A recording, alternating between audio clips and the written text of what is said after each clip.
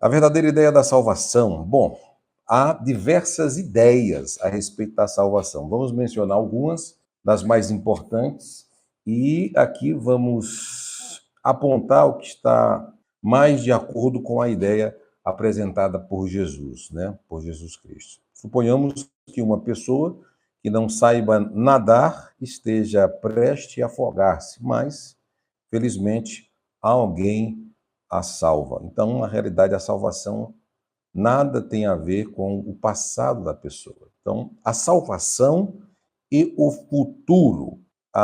Imaginamos agora um condenado à morte, porém perdoado por alguém cheio de bondade e amor. Este perdão agora é gerado ao condenado o livramento desse tal castigo, né? Esta salvação visou o livramento do castigo futuro. Quando lemos Lucas 9 e o versículo 24, a salvação de Jesus. Vamos ler, por favor, esse texto abrindo as Escrituras, ele é muito importante. Lucas 9, versículo 24.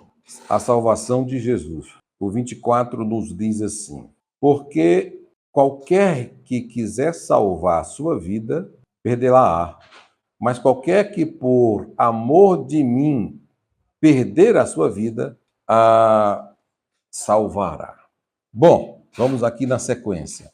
Suponhamos que temos um único grão de arroz no mundo, na nossa mão, tá? Então, para salvar essa semente, o que temos que fazer? A melhor maneira para salvá-lo é plantando, porque nós vamos colher dessa única semente centenas delas, né? Então, a verdadeira ideia da salvação é aquela que contempla mais aquilo para o que somos salvos do que aquilo que fomos salvos. Então, na realidade, a salvação ensinada por Jesus acentua mais algo relacionado ao céu, mais o céu com toda a sua glória, com toda as suas promessas infinitas, do que o inferno com todo o seu horror.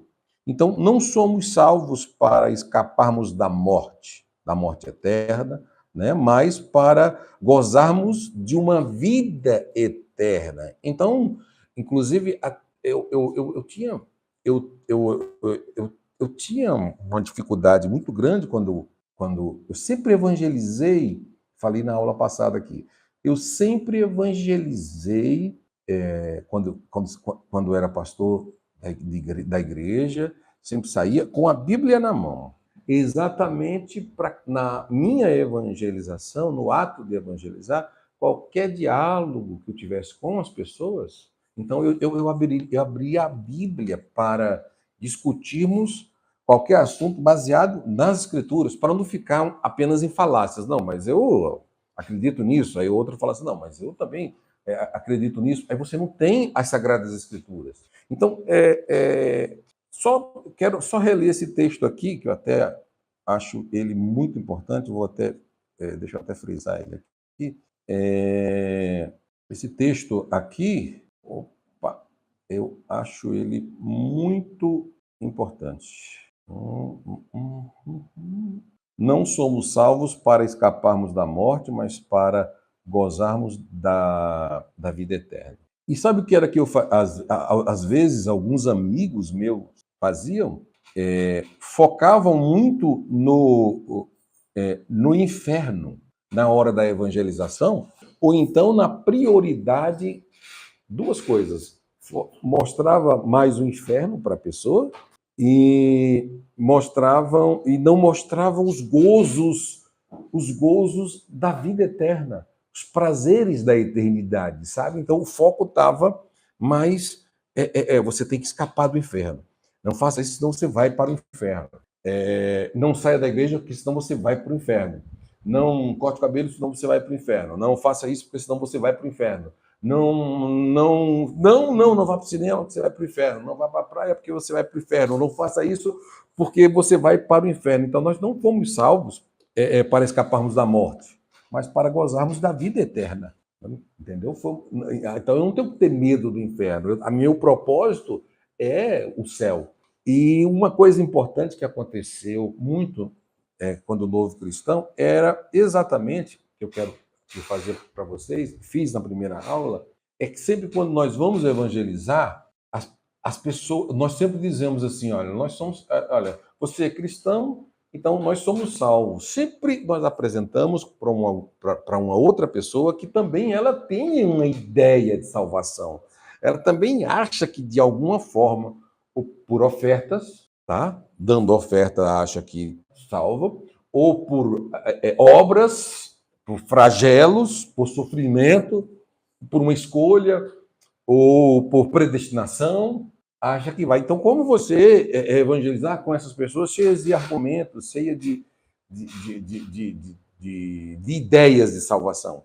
Por isso que tratar essa ideia, ter esse conceito de ideia de salvação bem centralizado é importante para, na hora de você dialogar, Deus abençoe, dialogar com outras pessoas, você entender que também as outras pessoas têm ideia de salvação. Agora, a única diferença que eu vejo hoje, irmã Rosana, é não ter a clareza, sabe, sobre salvação. Uma clareza. Porque nós não somos salvos para escapar da morte. Nosso propósito é gozarmos de uma vida eterna com Deus. Então, tudo na paz, doutor? Tá bom, obrigado. Então o que acontece? Eu sempre estou perguntando todas as vezes aqui para vocês no início da minha aula, dessa aula de soteriologia, que é a doutrina da salvação. Eu pergunto, por que você é salvo? Você acha, irmã, que é orgulho meu dizer que eu sou salvo? Você dizer que você é salvo? Não, quando você vai na casa de uma pessoa, aí, porque eu já vi isso muito, as pessoas dizem assim, eu sou salvo. Para você ser salvo também, ou você aceita Jesus, ou você vai para o inferno. Entendeu? Sendo que é melhor, nós temos que mostrar o céu primeiro. O céu, mostrar a glória eterna, a eternidade, sabe? Mas o que você acha dessa questão da ideia de falarmos para a pessoa que nós somos salvos? Você acha que a pessoa... Porque na maioria das vezes as pessoas se sentem ofendidas. Dizem assim, não, mas peraí, só você é salvo? Você se sente... Só porque você é crente? Para você tem certeza da salvação? Não. Mas, exatamente, agora eu quero comentar uma coisa com vocês aqui. Por que eu tenho que ter satisfação e saber como falar? Porque quem me salvou não fui eu. Aí que entra. Não fui eu, porque o que eu mereço? Nada. Eu não sou merecedor. Aí que entra a diferença quando você conversa. Eu conversei esses dias com uma pessoa e tal. Eu falei assim, não, mas não fui eu que me salvei. Não foi por meus méritos. É porque hoje porque os crentes, só os crentes acham que vai para o céu. Isso, mas é exatamente isso. Exatamente, só porque ser crente, mas quando você entra numa casa e você vai evangelizar uma pessoa e você começa a falar e aquela pessoa tem a oportunidade de réplica com você, entendeu? Converso, no meu caso, é muito Bíblia, Teve um caso que a pessoa falou assim, mas só porque minha filha está nessa situação, ela não é filha de Deus? Eu falei, não. Ela falou, como é que você me prova? Eu falei, a Bíblia está escrito, nós somos criaturas. Se torna filho a partir do momento que você aceita ele como único e salvador da sua vida. E você mostrou? Não, eu só sei a Bíblia. Entendi. Eu estava acabando de sair da firma. Ah, tá. Foi ali naquele momento. Entendi. Aí eu falei para ela, a Bíblia me diz que nós somos criatura. Se torna filho a partir do momento que você aceita, reconhece Sim. que você é pecador e precisa de Jesus. E você deixa essa vida de pecado para procurar fazer o mais certo possível. Exatamente. Aí ela... Agora, um outro fato importante, aqui ainda tratando esse assunto aqui, é exatamente porque eu tenho que ter consciência que não sou eu que me salvo.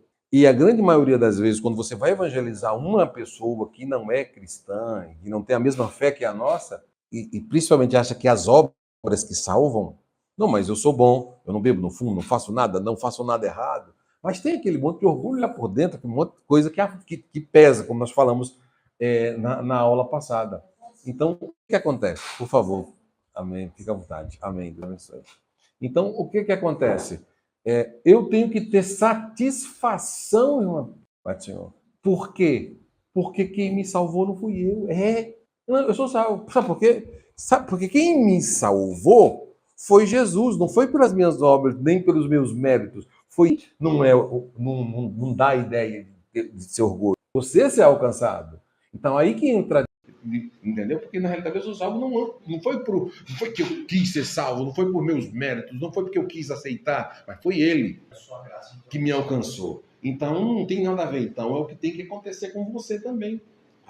Você ser alcançado. Então aí que entra a diferença, entendeu? Então eu tenho satisfação de dizer por que eu sou, porque foi Ele que me alcançou.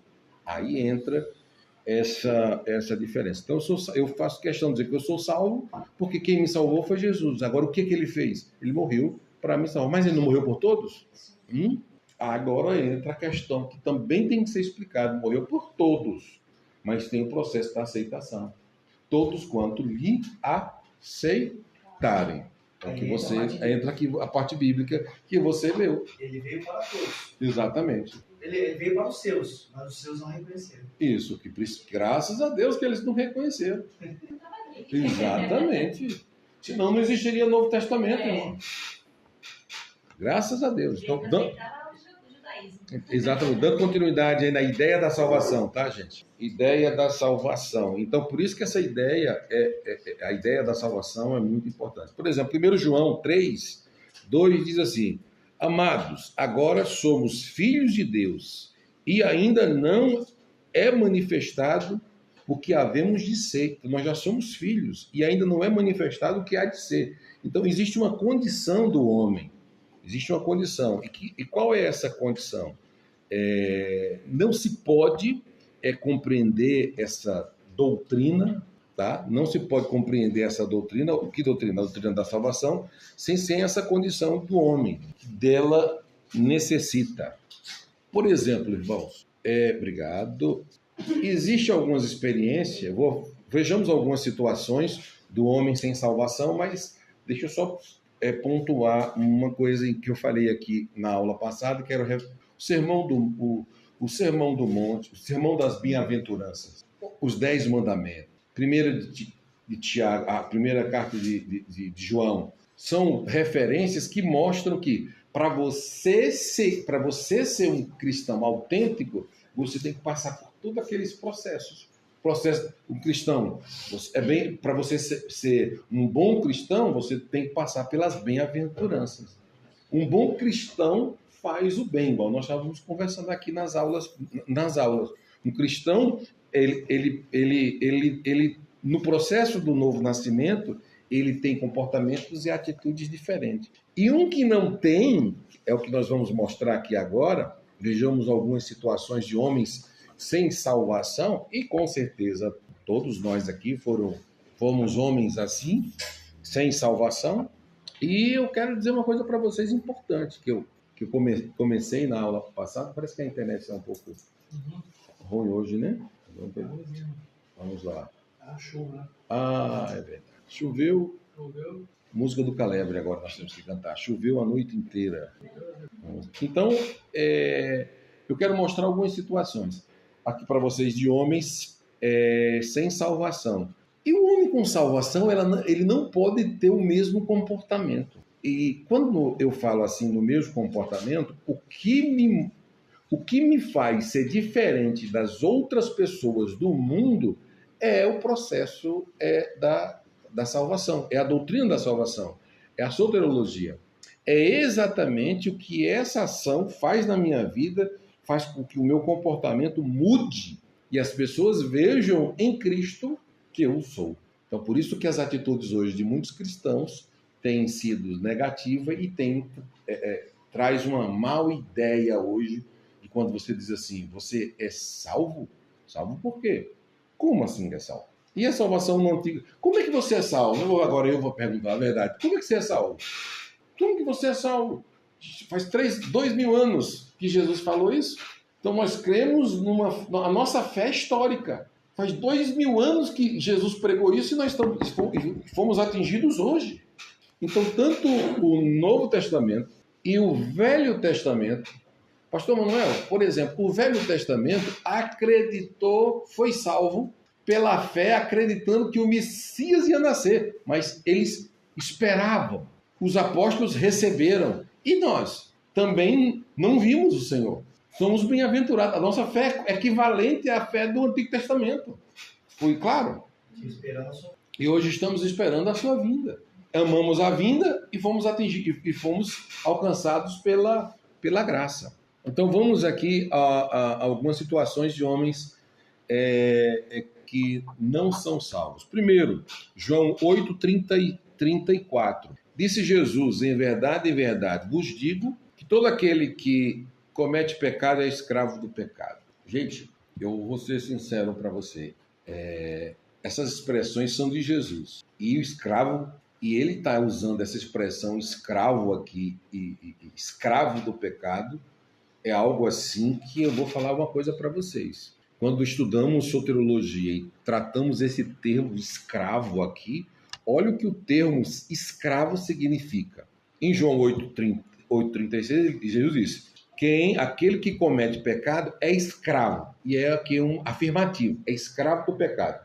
E o escravo aqui significa estar cativo, debaixo de poder absoluto, por compra, herança ou por guerra. Então imagina só fazendo essa ilustração para o pecador, sendo escravo. Como você está debaixo desse poder, dessa herança maldita e dessa guerra. É uma guerra, como se você tivesse algemado e agora, por exemplo, a graça de... E você tenta fazer tudo para poder fugir e não tem força. E os prazeres do mundo você ama. Quando você é escravo do pecado, você ama tudo. Ao ponto que quando a graça de Deus nos alcança, quando o nosso coração é colocado a lei de Deus, a graça de Deus alcança o nosso coração, aquilo que nós amávamos, não, na realidade, vira o oposto, nós odiamos. A pessoa que era um fumante, ele passa a odiar o fumo. De dentro para fora. Exatamente, é introspectivo. É isso, de dentro para fora.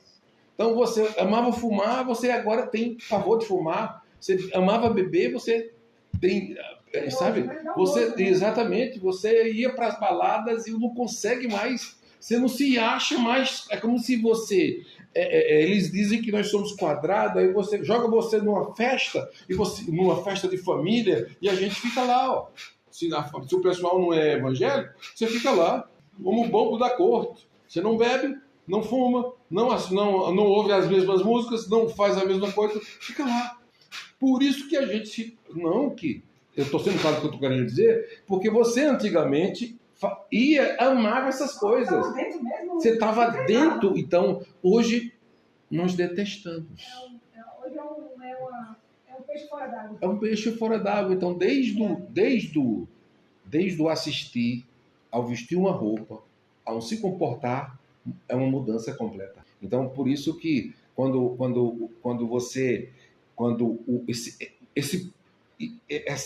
essa herança, essa guerra, esse poder que te controlava, que te dominava, você é quebrado dessas algemas, você se sente livre e a partir daí você consegue dizer não.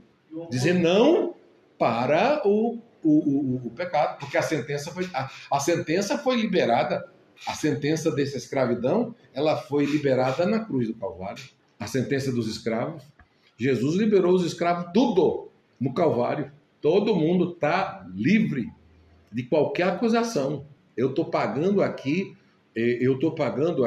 o preço da liberdade de vocês. Sabe o que é isso? É o esforço, o poder que Deus faz para salvar é diferente do poder que ele faz para criar o homem. Você já analisa o processo salvador e o processo da criação do homem. Criou Deus o homem do pó formou o Senhor Deus o homem do pó da terra. Formou.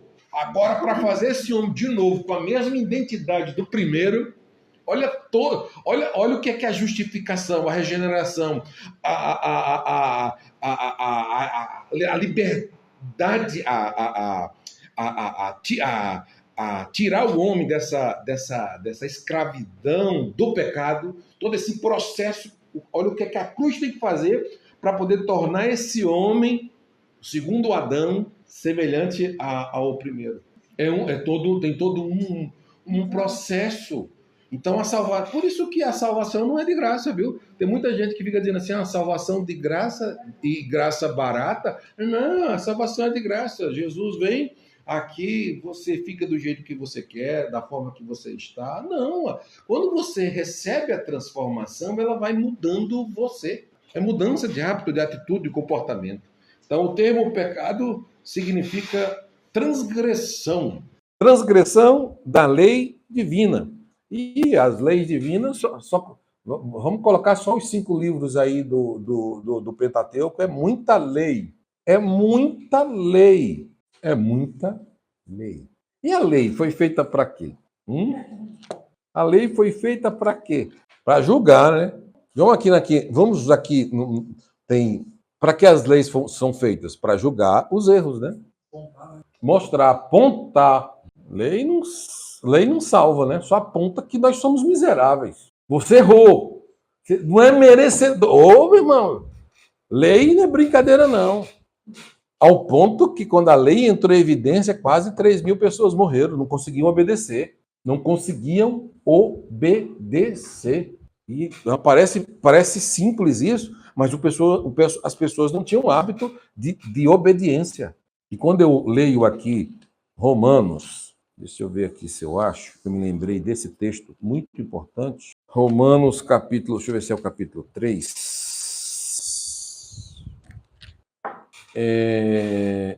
Capítulo 3, por favor, e o versículo de número 21. Às vezes eu falo assim, você quer ver? Tem alguns livros, irmã Rosana, que a gente lê, se você quiser ler ele, para dizer assim, eu quero ler para mim ficar mais crente. Leia Romanos. Quando é que você fica mais crente? Nós ficamos mais crentes. Sabe quando? Nós entendemos que nós não somos nada. É diferente do que é ensinado hoje. Você é espelho. Nem vou falar, Deus me livre. Você é espelho, você é não sei o quê, você é o máximo. Bom, deixa isso aí. Olha isso aqui, ó. A internet voltou aí, gente? Tá, né? Olha o texto 20, olha aqui o versículo 21. Mas agora se manifestou sem a lei a justiça. Espera ainda. Primeiro, quem é que julga na nossa... Obrigado. Quem é que julga as nossas leis? As leis divinas? Deus, certo? Tem um juiz lá, e quando você vê um juiz aí fazendo... errando na lei, não sendo justo na lei, você fala assim, mas como é que pode? Não tem que julgar e ser justo pela lei? Tem as leis de Deus. E nas leis de Deus, quem julga é o próprio Deus. E as leis, olha, eu vou mostrar aqui, lendo esse texto, nem vou precisar mostrar, porque o próprio texto vai falar para que serve a lei e como ela é importante. Mas agora se manifestou sem a lei a justiça. Eita! De Deus, tendo testemunho da lei e dos profetas. Isto é, a justiça de Deus pela fé em Jesus Cristo para todos e sobre todos os que creem, porque não há diferença. Todos, e ele diz aqui, sobre todos os que creem. Aqui tanto grego, ou judeu, ou romano, pode ser o que for. Todos que creem, o que for. A justificação é pela fé, que ele está dizendo aqui. Isto é a justiça de Deus pela fé em Jesus Cristo, todos e sobre todos os que creem, porque não há diferença. Porque todos pecaram, todos, e destituídos estão da glória de Deus, sendo justificados gratuitamente pela graça, pela redenção que há em Cristo Jesus. Olha, sendo justificados gratuitamente pela graça, pela redenção que há em Cristo Jesus. Então, a justificação é gratuita, a qual Deus propôs para a propiciação pela fé no seu sangue, para demonstrar a sua justiça pela remissão dos pecados Dante cometido sobre a paciência de Deus, para demonstração da sua justiça neste tempo presente, para que ele seja justo, olha só, e justificador daquele que tem fé em Jesus. Onde está logo a vanglória é excluída? Por qual lei? Das obras? Não, mas pela lei da fé. Concluímos, pois, que o homem é justificado pela fé, sem as obras da lei. Ou seja, Paulo, nesse texto aqui, está dizendo que o que justifica é a fé em Jesus. E que a lei, toda a lei, ela foi colocada simplesmente para mostrar como é, então, apontar os nossos erros, as nossas fraquezas, mostrar que nós não conseguimos ser nada. Cada vez quando eu achar que eu sou alguma coisa, olha as leis divinas. Quem aqui nunca pecou, atira a primeira pedra. Então, o pecado é uma falha. O pecado é uma ocasião quando acontece com uma pessoa, a pessoa tem um momento de fraqueza.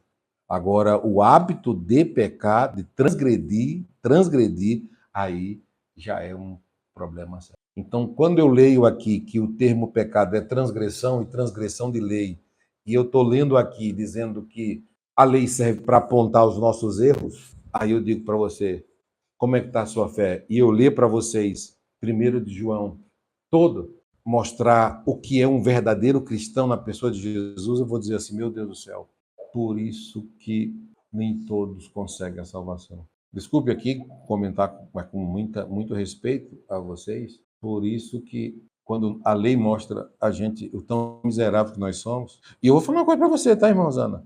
Tem gente que não gosta disso não, tá? O evangelho de hoje, pastor Manuel, tem gente que não gosta, não.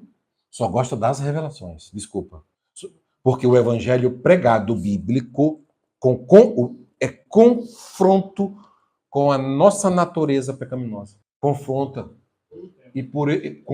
Confronta todo o tempo. E como a grande maioria das pessoas estão acostumadas, a grande maioria, com revelações, bajulações, melzinho na chupeta. Não, aqui, bebezinho, calma, que a gente já vai terminar o curso, estamos preocupados aqui, cuidar daqui, você vai ver, sabe? Quando alguém fala a verdade, ou quando a verdade ela é expressa, as pessoas, principalmente sobre a questão da justificação da fé, e a gente mostra quão miserável nós somos, e quando eu falo quão miserável nós somos, irmãos, eu digo assim, é que o preço foi tão caro, irmã Rosana, e às vezes nós negamos, nós transgredimos por algo tão barato, sabe? No nosso cotidiano, no nosso dia a dia, sabe? Eu não vou nem falar em afastar, porque aí você já transgrediu, passou de... eu estou falando em... Porque o termo pecado é transgressão de lei. Então, quando eu estou transgredindo ali, automaticamente eu tenho um julgamento daquilo. Mas o que me tornou livre daquela acusação não foi o sangue, a expiação no Calvário? Então, eu estou desvalorizando o sacrifício vicário da cruz quando eu pratico aquilo. É isso que a gente tinha que ter. Na hora que praticar, a gente... Ah, meu Deus! Sabe? Eu meu pai! Fazer como Lutero. Tem que ter essa consciência. Por quê, meu Deus? É um arrependimento verdadeiro. Por quê que eu fiz isso? Essa carne está me dominando, me controlando. Sabe? Então, isso é muito sério. Teve a maioria dos homens de Deus e tantos outros que se converteram para o Evangelho tinha um certo homem de Deus que, quando ele aceitou a Cristo, se tornou um grande servo. O tempo passou, ele tinha várias mulheres e várias relações, o tempo passou, ele se tornou um grande homem de Deus. Aí um dia ele foi passando e a pessoa conheceu ele, né, e disse, fulano, é você? E ele continuou, é tu mesmo, hein? É tu?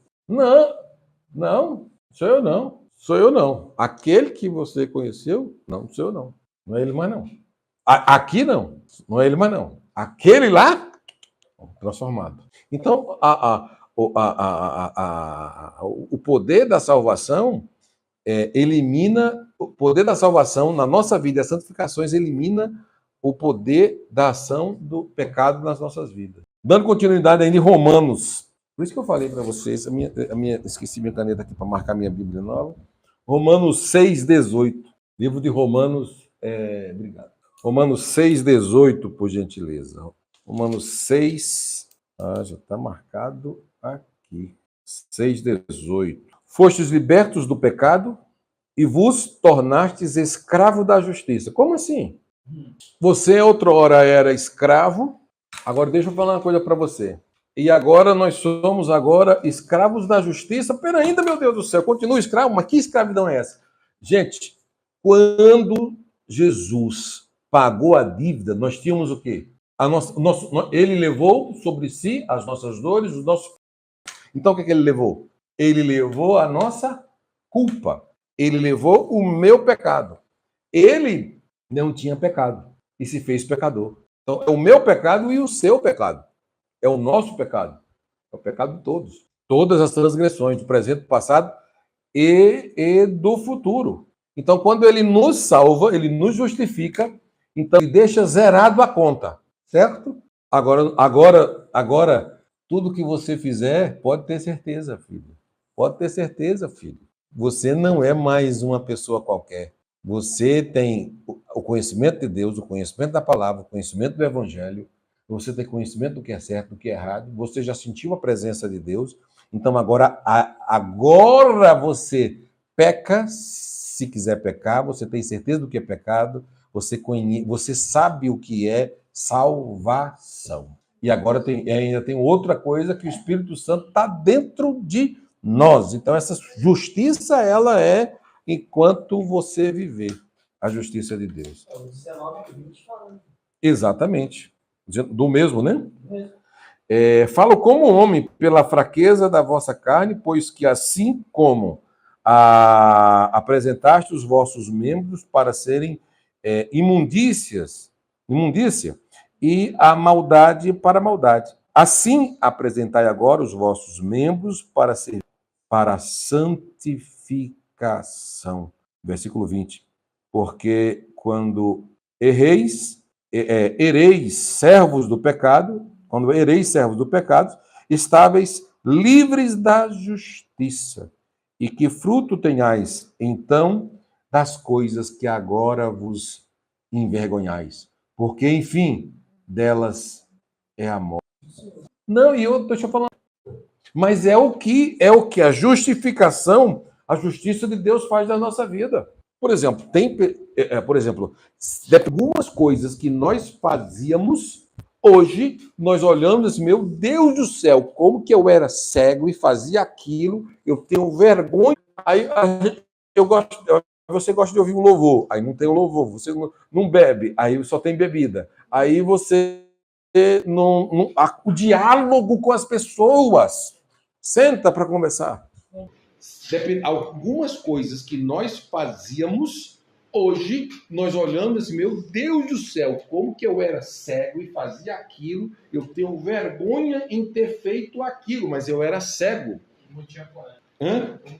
Como que eu tinha coragem de fazer aquilo, meu Deus do céu? Mas aí, quando a graça de Deus entra na vida de uma pessoa, muda de uma forma poderosamente, aí vem a justiça. E a partir desse momento, nós hoje, por isso que as pessoas não entendem por que eu não preciso, para ter alegria, estar todo final de semana no campo de futebol. Para me ter alegria, eu não preciso estar todo dia na festa. Para me ter alegria, motivação da vida, eu não preciso estar com a mesma vida que eu vivia antigamente. Ou nos mesmos erros de antigamente, que aparentemente me trazia uma falsa alegria. Mas o pecado é isso. O pecado, ele traz essa sensação de falsa alegria, de falsa sensação de felicidade, de falsas realizações, de falsa paz. Ele traz essa ideia para depois você cair na realidade. Tá? Então isso é muito importante. E hoje, entendendo o que Paulo falou aqui, se torna muito mais fácil, porque hoje nós estamos libertos do pecado. Por causa somos servos da justiça. Por isso que quando hoje eu vou na casa de muitos familiares meus, alguns por respeito, baixa som, não escuta, faz um monte de coisa por respeito a mim. Mas eu não peço, não faço questão, mas eu não combino mais no mesmo ambiente. Por isso que no meu caso, é como se a minha família não me convida mais. Não estou falando de irmãos, assim, meus irmãos todos são evangélicos. Estou falando de familiares, sobrinhos, para festa, parentela, para isso, para aquela coisa. Não adianta. Não vem. Já ouviu alguém falar isso? Não? A Rosana não vem. Oh, a Rosana vai. Entendeu? Não é porque nós não está relacionado a superioridade, a tal, é que não combina mais, sabe, gente? Não é você não. Aí você gosta de ouvir um louvor, aí não tem o louvor, você não bebe, aí só tem bebida. Aí você o diálogo com as pessoas. Senta para conversar. Não tem assunto, é destruição, é morte, é doença, é miséria. Não tem nada construtivo, nada cristão. Mês retrasado, teve o aniversário do rapaz lá, né, do trabalho. Aí ele mandou convite para todo mundo, né? Aí quando eu estava na sala do almoço, quando eu voltei para a sala, aí olharam para mim e falaram: você vai no aniversário do Hector? Eu falei: não. Aí a moça trabalha comigo, né? Falou: cara, sabia que você... O que você vai fazer num bar? Aí ela falou assim: eu já falei pra ele que a gente mandou o convite, já sabendo que a gente já sabia que você não ia, né? Porque você é crente não vai ir no bar. Mas esse respeito, ele é legal quando acontece, viu? Esse respeito é legal quando acontece. Agora, o pior é quando dá e sabe que você vai. E não que... Mas é complicado. É complicado. Parabéns. Vocês não sabem, então. Uhum. E aí nós recebemos a igreja da minha família, ainda muito, família enorme, os convidados para o aniversário do meu filho. E foi a família toda, né? Alguns já sabem, eu contei na igreja, o meu avô na escola de samba. E a família é toda no cavaquinho, toda no pandeiro. E eu falei: meu Jesus, minha tia ia, que nós ganhamos tia, você, Jesus, para poder ganhar as pessoas, se dispunha, né?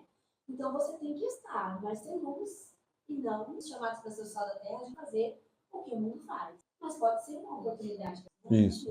E aí chegamos lá, o samba comendo, um parabéns, e o samba comendo, e eu fui na cozinha, e ela tem uma filha cristã, eles é muito julgam o cúmulo da filha que aceitou Jesus, falar que ela era do mundo. Olha aí, ó. Quem apresentou Deus para a filha foi a mãe, Uhum. na condição de católica. Uhum. E aí a gente começou a conversar. Quer dizer, Deus é um Deus de oportunidade.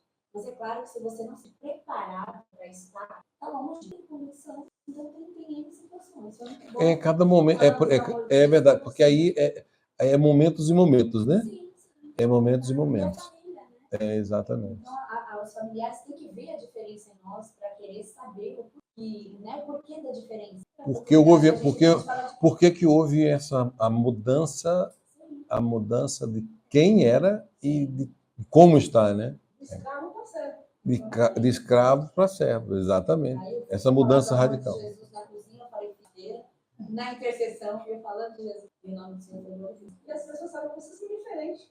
Não, mas é luz e trevas. Aí tá ali, ó. Ali, ó.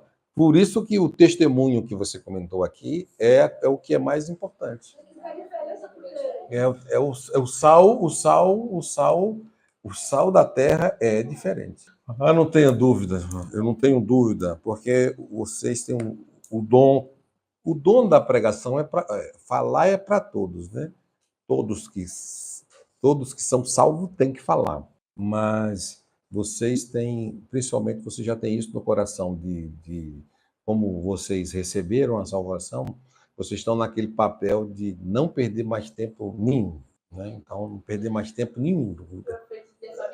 Exatamente, não perder mais nenhum momento de tempo. Mas isso é muito bom. Você tem alguma fala?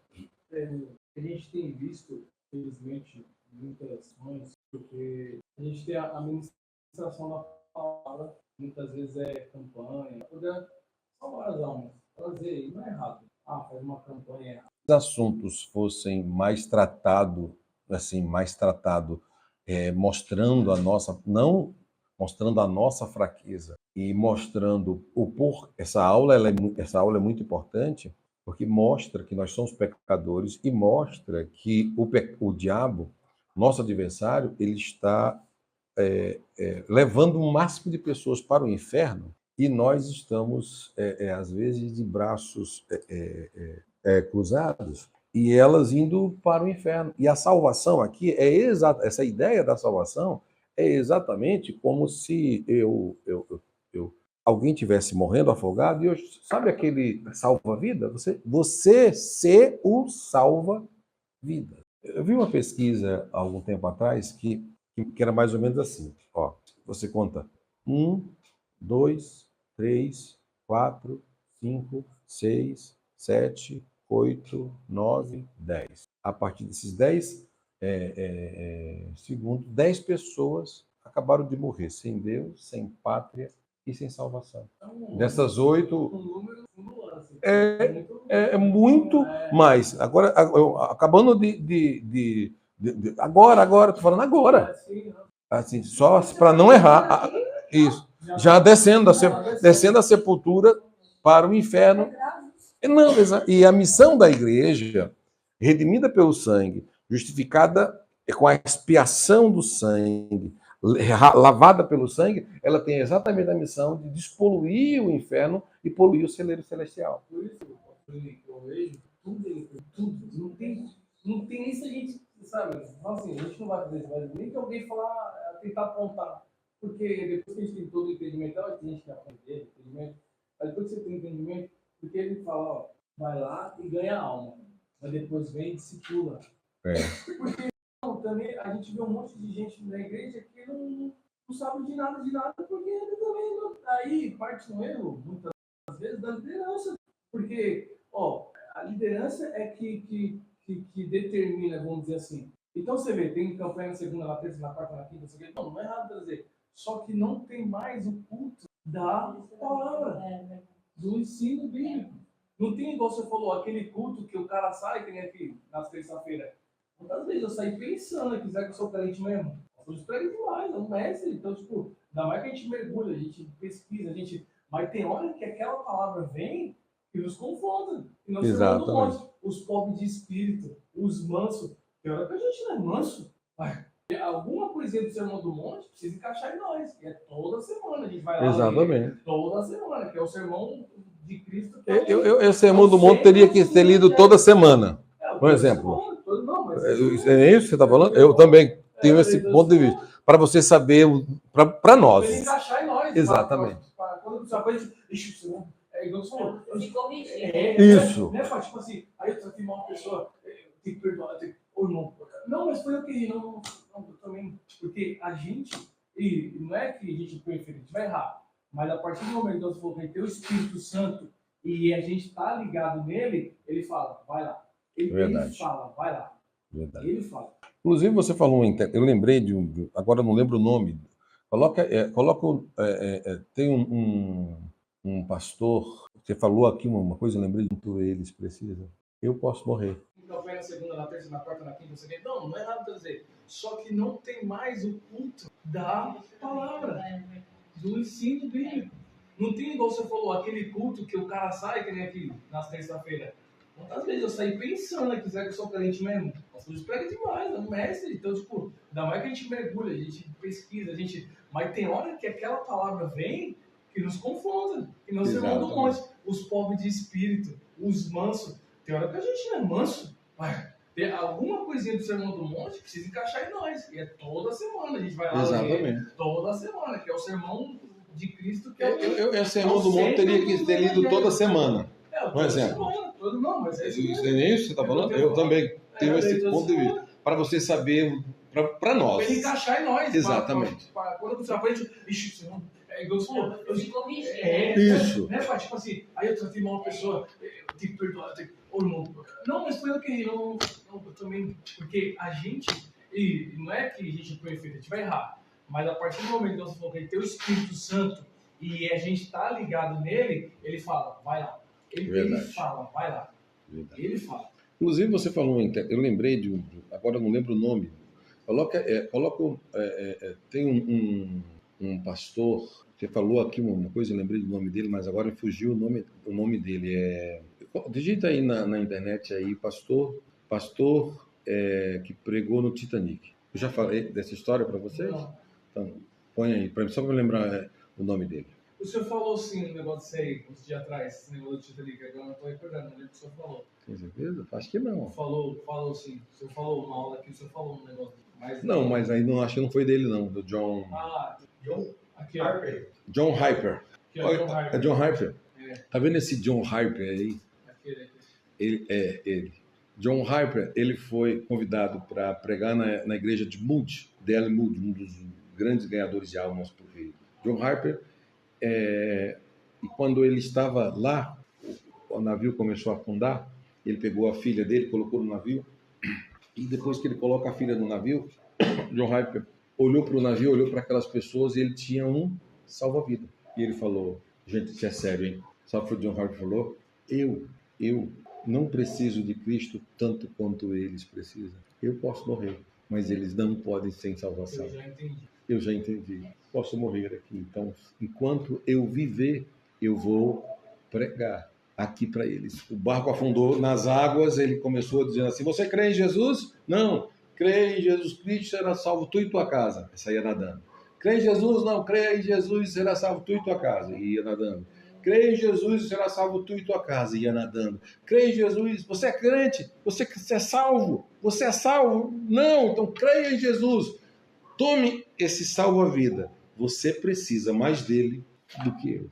Porque ele estava dando uma oportunidade daquela vida ser salva. Ficar viva para poder ser salva a alma. Aí, aquele homem ouve a última expressão. John Hyper descendo na água, John Hyper dizendo, creia no Senhor Jesus e será salvo. Creia no Senhor Jesus e será salvo. Você fala que ele pega as suas filhas, coloca no bote e ele fica pregando. Ele fica pregando. Aí uma coisa, anos depois, quem conta isso? Não. Quem foi salvo? O rapaz que foi salvo. Ele deu o salva-vida. A boia, né? A boia, o colete. O colete salva-vida. Então, a missão desse homem, a vocação desse homem, o propósito desse homem, era um pregador, era avivado, era um homem de Deus. E ele viu uma oportunidade onde ninguém tinha visto a oportunidade. Então, sabe o que foi que eu aprendi com o John Harper uma vez? Eu passei num local e um rapaz foi atropelado na moto. Desculpa aí, mas estava nos finais. E quando eu cheguei lá, eu orei por ele e eu vi que estava... Eu falei, Senhor, tenha misericórdia. Aí eu falei para ele assim, você é salvo? Ele falou, você é cristão, você é crente, você é salvo? Não. Então, aceite Jesus como seu salvador. Aceite Jesus na dor. Eu falei, eu aceito. Eu quero até dizer com vocês, vocês sabiam que o sangue daquela pessoa que morreu, você pode prestar conta diante de Deus? Se você passou e não falou, e a pessoa morreu, foi para o inferno, e você disse, não, a salvação só é para mim. Não, eu estou bem, eu estou muito satisfeito. Então, isso é muito importante, gente. Você desenvolver e poder...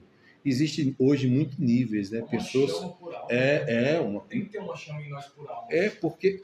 Mas... Tudo, né? Só que nessa época, era a época evangelizadora, né? Era a época de D.L. Moody, ganhou 1 milhão de almas. Então era um grande ganhador de almas, o propósito era ganhar almas e almas ganhando almas, então você já era salva e o teu propósito era ganhar outras pessoas. Era dizer assim, você conhece a Cristo? Não. Por que não conhece a Cristo? Aí eu já acompanhava uma escritura. Por isso que eu evito não falar de Jesus sem Bíblia na mão. Por isso que algumas seitas não evangelizam sem Bíblia. Evangelizar sem as escrituras, evangelizar sem... Se eu estou no papel de evangelista, eu sei que eu conheço um pouquinho das escrituras, eu posso conversar com qualquer pessoa falando, narrando. Mas, irmã Rosana, quando você pega... Igual eu fui na casa de um amigo meu, ele era católico, nós fomos num momento especial lá da casa, e ele perguntou umas coisas para mim, e eu fui na própria Bíblia Católica gigante mostrar, não tem mais nada precioso do que palavras, mostrar. Ele fala assim, mas eu tenho esse tesouro aqui e eu não estou usando?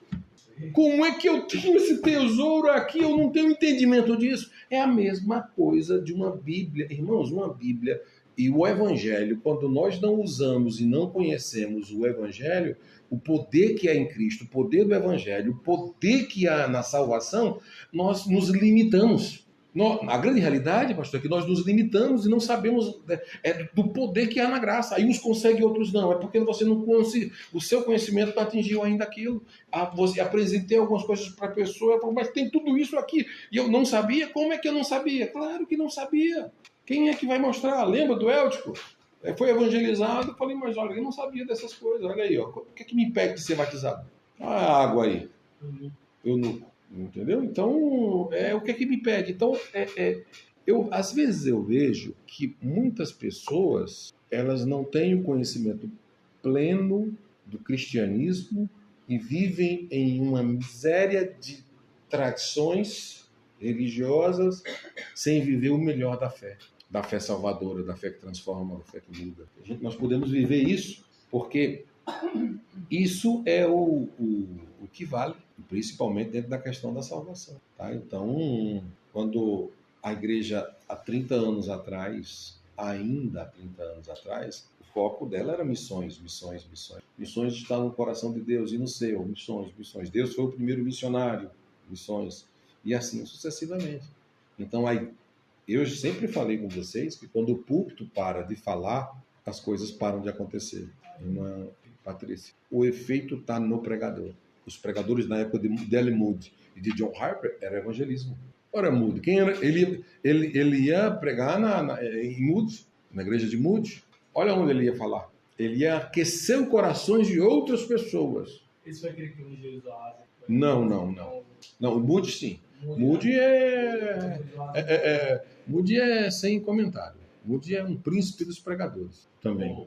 Moody. O Spurgeon foi o da Inglaterra. O Spurgeon agora, então o Spurgeon aí já é outro príncipe, né? Outra época. Que também foi influenciado, né? Então, cada um influencia. Então, eu estou aqui, de uma forma ou de outra, já era um avivamento no seu, sabe? Porque a lei já está no nosso coração. A graça já está queimando no nosso coração, irmão. Então, a qualquer hora, a qualquer momento, pode gerar um avivamento em você, de uma forma que você fala assim, não, por exemplo, eu tiro com você, queira ou não queira, você agora está dirigindo igreja, né? Por exemplo, queira ou não queira, você está tendo agora um despertamento para isso, e que vai despertar outras coisas, para você fazer para o Senhor. E uma coisa que você vai estar fazendo, entendendo que você está fazendo não é para você. Tem coisa mais assim, que nós temos que entender. O que você faz para o reino não é para você. Exatamente, é para o reino de Deus. O galardão é o galardão que você recebe pelo que você está fazendo. Você não precisa merecer, você não merece nada. Tudo que vir é bênção de Deus. Se vir, se não vir, sabe? Tudo é bênção de Deus. E o que acontece? Tudo isso é um aprendizado e gera um avivamento em você e uma experiência que você vai estar inspirando outras pessoas, que você vai dormir no Senhor, que alguém que você inspirou vai estar dando continuidade. Porque isso aqui, gera avivamento. Um dia eu vou falecer, você vai virar professor, você. Vocês vão estar lá na frente ensinando. Aí depois vocês vão pregar para outras pessoas, que outras pessoas vão. E a nossa geração de pregação não morre. Porque outras pessoas continuam o que você começou. Ou seja, o que eu não consigo, é o legado. O que eu não consigo fazer, você faz. Estou aqui preparando você está aqui estudando para fazer. O que eu não consigo fazer, Fernando, você faz. Está aqui sentado. O que eu não consigo fazer, você faz. O que eu não consigo fazer, você faz, irmão Patrícia. O que eu não consigo fazer. Então você está sendo preparada e lá gerando um avivamento, para onde você estiver, você está sendo preparada para você fazer com mais temor, com mais preparo, principalmente mais atualizada dentro dessa questão, principalmente que o Brasil está vivendo hoje. O Brasil está vivendo hoje, os Estados Unidos viveu há 40 anos atrás. Pastor Lima, mas alguém influenciou ele, alguém influenciou eu, alguém influenciou a Patrícia. Isso. As meninas. E acho interessante que o Manuel chegou aqui primeiro que eu, foi influenciado, ele e a Patrícia, foi o pastor Luiz depois. E aí aquela chama, tudo. E o que eu sempre costumo falar. Ele começou novo, né? O todos os obreiros. Que é tipo assim, o pastor Luiz, ele não impõe nada, eu acho incrível. Porque aí sabe que as igrejas, o senhor que é do Belém, tudo, obreiro é obreiro, filho. Você gosta de, eu não posso, né? Então você deixa o cargo para depois, para outra época. Ou é ou não é. E ele nunca chegou na gente, você tem que ir lá e fazer e acontecer, eu quero. E isso é o mais lindo nele. Então, tipo, com essa graça, aí a gente tem o quê? A liberdade para trabalhar mais ainda, aquele que quer. Ele nunca impôs nada. O dia, primeiras obras que fui fazer com ele, aí eu dei uma palavra na casa de uma mulher, nem sabia de Bíblia nem de nada, novo convertido. Aí, né, logo quando ele me separou com o obreiro, ele falou assim, aí nós aqui na porta aqui da igreja, ele falou, você tem uma chamada, você me pregador da palavra, você tá nisso? Eu falei, tá falando, né? Não sabia de nada. Eu falei, se você tá falando, eu não acredito. Ele falou, não, mas você pregou lá e Deus me deu e tal. Aí falou, só que só tem uma coisa, você é que vai limitar onde você vai chegar. E tipo, virou uma chave em mim, sabe? Ele falou, você que vai limitar. Ele falou assim, você quer ir mais longe? Aí eu tava ouvindo Marcos Feliciano, ouvindo esses grandes pregadores aí do convertido, que eu ouvi palavra, né? Tem. Ele falou, não, aí eu falei assim, não, eu gosto de ouvir. Ele falou, quem você tá ouvindo? Aí eu falei pra ele, falou, não, esse pregador é legal. Aí ele falou assim, você quer pregar igual eles? Você quer chegar longe? Você quer um dia estar nos lugares? Você tem que estudar. Aí eu falei, mas posso estudar o quê? Como que é assim? Aí ele falou, vou te dar um pendrive. Aí ele me trouxe. Ele falou, não, compra um pendrive e me dá. Aí ele me deu mais de 20 mil livros, mais de 20 aqui. Ele falou, agora você vai comer. Aí eu ia lá na empresa, comia. Aí dava 2 horas da tarde, eu ficava das 2 horas até 4 horas da tarde lendo. Você sabe que isso é um avivamento, né? Lendo, né? Então. E assim, de tudo que eu já li, né? Não sei nada, mas assim, parte da liderança, que a gente pode falar, parte da liderança. É um avivamento que gera. Continuando aqui, tá? As escrituras nos mostram que o pecado pode ser dividido em 2 classes. Pecado. A saber qual é? Primeiro, o pecado por comissão. O que vem a ser isso, gente? Pecado por comissão é o ato que não atende uma condição. Que condição é essa? Uma condição imposta por Deus, né? Em outras palavras, pecado por comissão é fazer o que Deus proíbe. Marque isso aí, que isso pode cair em prova. Então, pecado por comissão é fazer o que Deus proíbe. Estão vendo? Fazer o que Deus proíbe, então, deixa eu até frisar aqui, fazer o que Deus proíbe, senhoras e senhores, eu vou ser sincero para vocês aqui. Fazer o que Deus proíbe. Nós estamos aqui falando um pouco sobre a ideia do pecado. Meu Deus do céu. Vocês sabem como que tem qual a oração da manhã e da noite que nós temos que fazer? Senhor, perdoa meus pecados. Perdoa meus pecados por pensamento, porque perdoa minhas atitudes, meus pensamentos. E perdoe, Senhor, também o que eu sonhei à noite. E o que eu nem sei o que é. Porque nós vamos ser julgados pelo que pensamos. Por que pelo que pensamos? Porque Jesus disse, se você olhar para uma mulher com segundas intenções, você já adulterou. Não é o ato físico. Gente, sabe como é sério essa questão? É muito sério. Gente, tem gente brincando, flertando com a morte, flertando com o inferno, flertando com a faca, com a droga, flertando com o pecado, flertando com a depressão, flertando com a morte. Não existe super-homem, não, nem super-mulher, nem super... Não existe. Nós somos muito fracos. O pecado, se você brincar, não adianta. O pensamento começa no pensamento. Lembra que eu conversei com vocês sobre Lutero? Sim, você falou assim, eu não posso impedir que os pássaros voem sobre a minha cabeça. Não posso, mas eu posso impedir que eles pousem e coloquem ovos e depois choquem e coloquem filhotezinhos. Eu posso impedir isso. Então, nós temos que tomar muito cuidado. Fazer o que Deus proíbe, pecado por comissão. Gente, todos os 10 mandamentos é proibição. Lembra do ano passado? Gente do céu. E aí, minha irmã Rosana, como é que a gente vai para o céu depois de um diagnóstico desse? Não, vamos ser sinceros aqui. Flertando com o inferno. Flertando com a faca, com a droga. Flertando com o pecado. Flertando com a depressão. Flertando com a morte. Não existe super-homem, não, nem super-mulher, nem existe. Nós somos muito fracos, o pecado é ele sim, sobre a minha cabeça. Eu não posso, mas eu posso pedir que eles pousem e coloquem ovos e depois choquem e coloquem filhotezinhos. Eu posso impedir isso. Então nós temos que tomar muito cuidado. Fazer o que Deus proíbe, pecado por comissão. Gente, todos os 10 mandamentos é proibição. Lembra do ano passado? Gente do céu. E aí, minha irmã Rosana, como é que a gente vai para o céu? É tanto texto na Bíblia. Carta de 1 João, Novo Testamento. Meu Deus do céu, nem vou para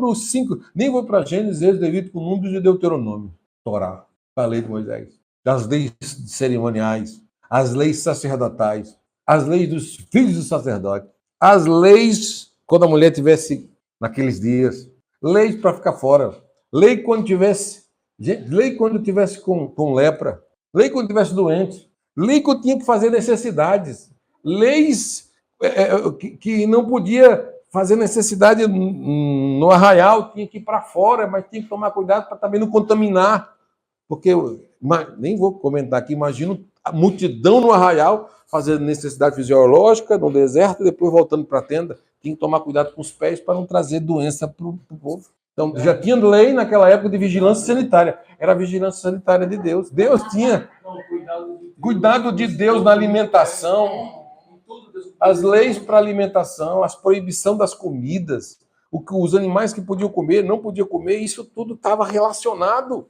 E quando não fazia... Exato, mas por quê? Porque era teocracia, era Deus reinando, o Criador, era Deus no governo. Então Deus sabia o caminho de conduzir o povo. Vai ficar uma nação agora, com toda a tecnologia, roda o deserto, 40 dias e 40 anos. Uma nação. Vai, irmã. Vai, irmão. Roda 40 anos hoje, 40 dias com tecnologia. O senhor viu a embaixada dos quatro pessoal saindo em janeiro da África, rolando aí saíram em janeiro, e aí eles estavam tentando vir aqui pro Brasil. Sim, é o que a polícia está averiguando. Acharam os corpos lá em cima, lá do Pará. Mas eu estou querendo dizer para você. É para você ver, sem rumo. Então, segundo ponto, gente. Segundo pecado de omissão. Opa, peraí, ainda, com licença aqui, deixa eu marcar aqui que esse ponto é bom. Pecado de omissão. Pecado de omissão. O que significa? O que vem a ser? É o ato ou o efeito de omitir. O pecado de omissão é deixar de fazer, ou seja, é deixar de fazer o que Deus manda. Meu Deus do céu, gente. Pecado de omissão é deixar de fazer o que Deus manda? Eita, será se prenda? Duas coisas. Eu vou perguntar duas coisas que é pecado. Então, gente, tem muita gente que não vai para o céu, não. O pecado de omissão é não fazer o que Deus manda. É omitir. Omitir é eu posso, mas não faço. E de pregar o evangelho a toda criatura. Se omitir, é uma ordem imperativa. É uma ordem imperativa. Ide por todo mundo e pregar. Isso aqui não isso aí é uma ordem imperativa. Você vai ser cobrado se você não pregar. É ordem imperativa. Então, se você não prega, tá pecado de omissão. É para qualquer um. Não pode negar. Então, isso é algo só em deixar de pregar é um pecado. É um pecado de omissão. Eita, rapaz. Realmente não tem igreja perfeita, né? Dentro da história, fala a melhor igreja, que dentro dela não tinha gente salva. E pode ser que tenha dentro dessa sala aqui de alunos, tem alguém também que não está salvo. Quem será? Eu não sei. Qual a melhor igreja na história? Tinha alguém que não era salvo lá dentro. Quer que eu prove a melhor igreja? Quer que eu mostre a melhor igreja? Quer que eu mostre o melhor pastor? E dentro dessa melhor igreja, tinha um que se perdeu. Jesus, o melhor pastor. Judas, o traidor, e se perdeu. Então, se dentro do melhor líder, da melhor igreja, teve perdido, imagina nós que nem vimos o mestre e que somos bem-aventurados são os que não veem, mas creem. Então, nós somos uma geração de bem-aventuranças, que nós acreditamos por fé. Gente, isso é muito sério, né? Por isso que a galera fica louca, né? Que os céticos, os ateus, os agnósticos. Como é que pode? Isso é... Morrer por aqui. E morrer por aquilo. Isso é loucura, né? Então, ainda dentro da soterologia, os que não fazem parte de salvação são os mortos espirituais. Romanos, capítulo 5, versículo 12. Pelo que, olha só, a morte espiritual.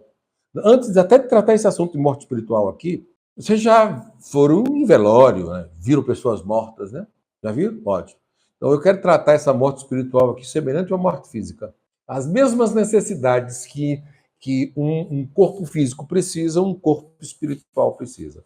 Morte espiritual, um pecador tem. Romanos 5. Gente, leia Romanos. Vamos fazer o seguinte: eu vou colocar no grupo aí, eu vou colocar Romanos, Romanos em MP3 para vocês ouvirem, para quem não tem tempo, ouvir no carro, no ônibus. Romanos. Vou pôr Romanos comentado para vocês ouvirem e vou colocar também o livro de Romanos comentado para vocês lerem. Certo? Romanos. Leio Romanos para ver se a gente melhora 10%. Se a gente melhorar 10%, nós melhoramos de ser cristãos, tá? Sabe o que é que eu dizer melhorar 10%? É eu olhar para mim e dizer assim, eu praticava isso e não pratico mais. É eu olhar e dizer assim, não quero mais. Não quero. Sabe? É isso que eu estou querendo dizer. Romano dá essa força para dizer, não faço. É você ter o controle do pecado. Entendeu, meu irmão? E você lendo Romano faz isso. Então, mas aí você não está morto espiritual, você está vivo, você está sendo tentado 24 horas. Morto espiritual, Romanos 5, versículo 12. Pelo que, como por um homem entrou o pecado no mundo, e pelo pecado a morte, olha só, e pelo pecado a morte, assim também a morte passou a todos os homens, por isso que todos pecaram. Então, imagina só, todos, esse todos aqui é geral, é grego, é romano, é brasileiro, é Assembleia de Deus, é Madureira, é todo mundo. Todas as denominações, todas as igrejas, todas as pessoas, todos os seres humanos, todos pecaram. E pelo pecado de Adão entrou a morte, e a morte existe por causa do pecado. Então, o pecado é a morte. E o pecado é o mal. A morte para um homem que não tem Jesus seria o quê? Qual é a melhor simbologia para a morte espiritual? Qual seria a melhor simbologia que eu poderia dar para a morte para um salvo? A morte, o velório de um salvo não pode ter tristeza. Alegria. É a alegria quando um salvo. Quando uma pessoa se converte, a festa no céu com os anjos, quando um morre, é a mesma coisa. E quem está aqui, que está na mesma situação, vai ter a falta, mas a alegria da vida eterna tem que ser maior. Saber que vai estar no céu. Esse conceito é de experiência pessoal. Que você vai olhar para a pessoa e vai dizer, eu só vou lembrar dela agora, a partir de agora, só das lembranças vão ficar na mente. Só as lembranças. Só tenho do meu pai que faleceu, só tenho lembranças. O que é que ficou dele? Lembranças. Tá? Então, a morte espiritual é um tanto análogo à morte física. Deixa eu encerrar esse assunto aqui para fecharmos aqui. Então, a morte física, o que é a morte física? É a separação entre o corpo e o espírito. Quando o espírito abandona o corpo morre. Então, da mesma forma, quando o espírito se separa de Deus, o espírito morre. Da mesma maneira que o corpo sem o espírito está morto, o espírito sem Deus também está morto. Separado de Deus, o homem está morto espiritualmente e impossibilitado de tomar a iniciativa da salvação. Quer perguntar alguma coisa, doutor? Não? Então, separados de Deus, os homens sem salvação estão separados de Deus. Então, isso é muito sério. Por isso que quando alguém morre hoje, sem salvação, por isso que a igreja tem um papel, o jeito da pregação do evangelho, para quem não é cristão principalmente, porque eles estão separados de Deus.